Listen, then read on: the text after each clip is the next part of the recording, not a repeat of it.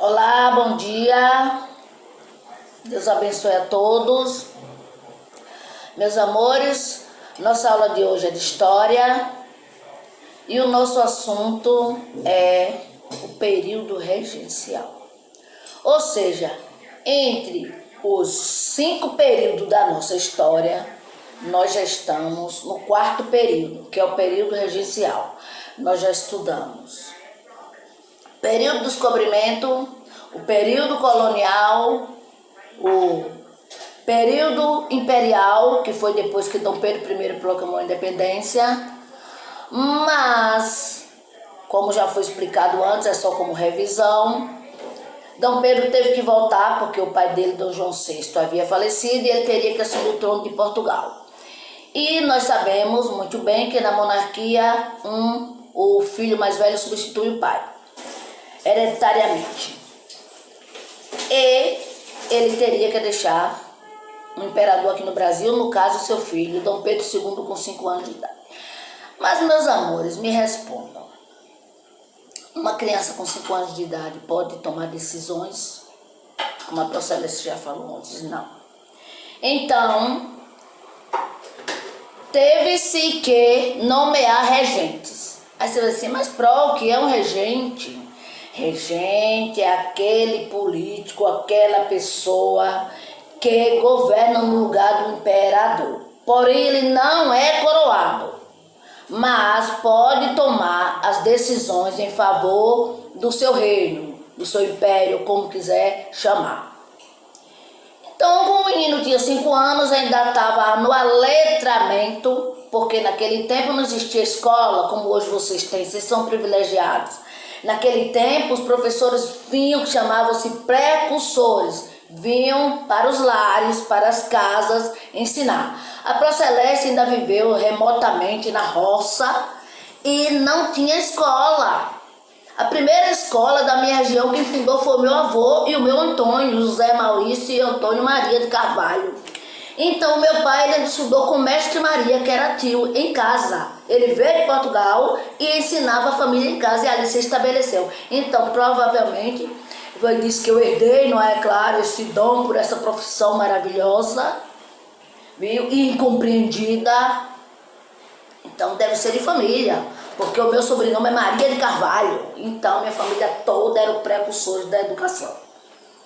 Mas deixa pra lá, que a história não é da Pro Celeste, a história é do Brasil. Então, crianças, eu vou pedir um favor a vocês. A história, ela está atrelada à ética e à cidadania. E o que eu vou falar agora é sobre a ética. Aquilo que é moral e aquilo que é amoral. Moral é tudo que é legal, tudo que é amparado pela lei, tudo que é verdadeiro. Imoral é aquilo que é ilegal, mas infelizmente o ser humano que é pecador, ele pratica. Então, vamos falar de uma coisa interessante. A conversa tola, ou seja, a fofoca. Vocês não sabem fazer fofoca? Sabem sim. Quando vocês querem, vocês sabem tecer uma encrenca que bota a pró numa saia justa. Na verdade, vocês se vingam da pró de casa.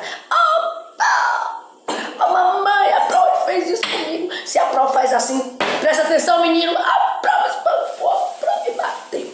Aí é a fofoca. Então, para se contar uma história, tem que fazer uma fofoca, que é a forma mais prática e eloquente de entender o fato acontecido. Mesmo porque na narrativa o negócio é tão sério que para a idade de vocês não iriam entender. Então vamos aqui ao contexto. Eu vou explicar o assunto.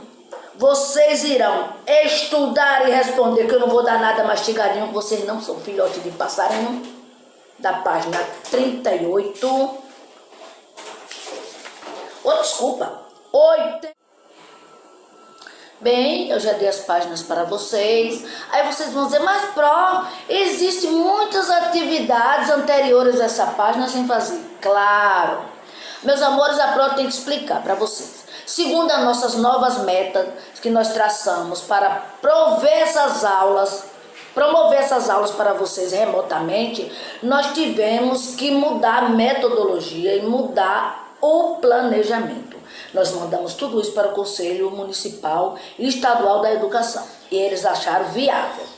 Então, Todas essas páginas que nós pulamos é a história da África. É o conceito Ai, Jesus, esqueci agora, mas a Pro vai lembrar. Porque a Pro não gosta de talento, a Pro gosta de falar do próprio conhecimento.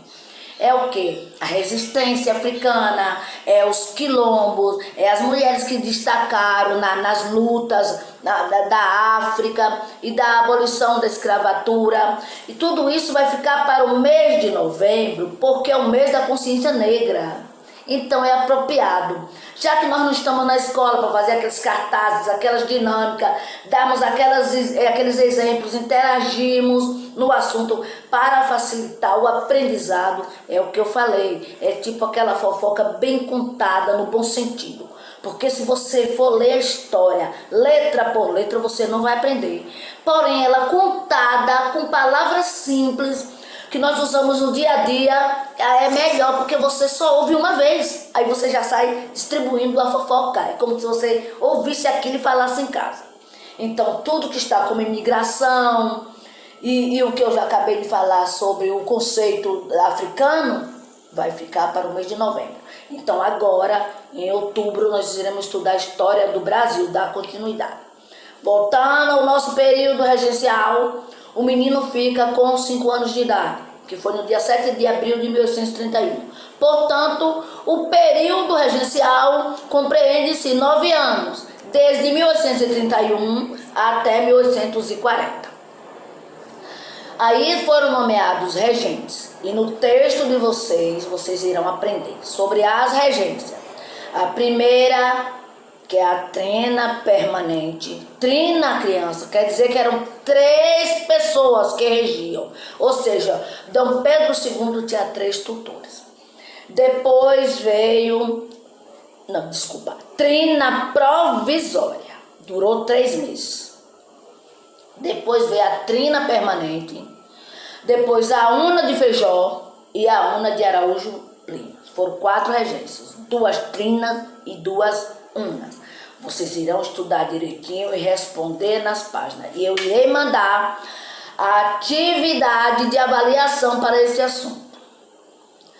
Porém, em cada período da história, cada uma delas teve suas guerras, como nós já aprendemos. Descobrimento, no período colonial, que foram as nativas de Beckman, Felipe dos Santos, Tiradentes e outros, Emboabas e Mascates. No período imperial, foi a Confederação do Equador e a Guerra da Cisplatina. E no período regencial, foi a Balaiada, a Sabinada e a Farroupilha. Cada uma em uma província diferente. Cada uma tinha um descontentamento do povo.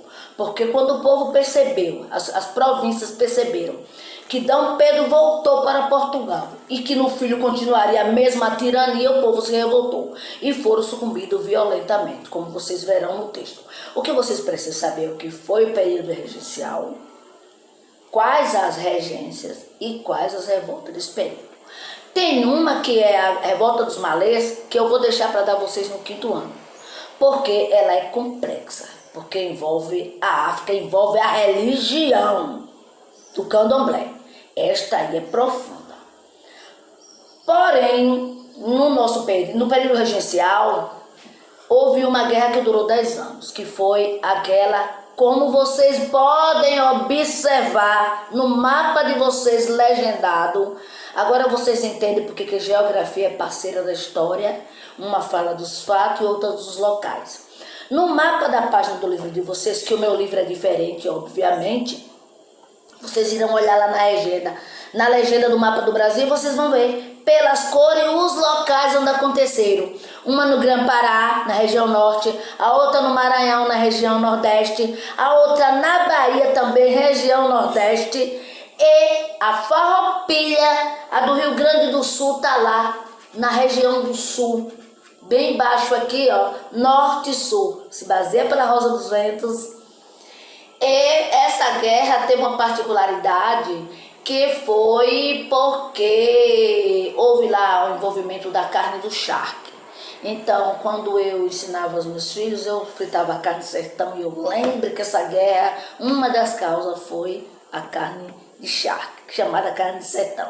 Então, no texto vocês irão estudar direitinho e vão entender. E farrapo porque eles se vestiam de trapos, as roupas deles eram os trapos. E na balaiada é porque os revoltosos faziam balaio, faz uma associação. E os cabanos por em cabana.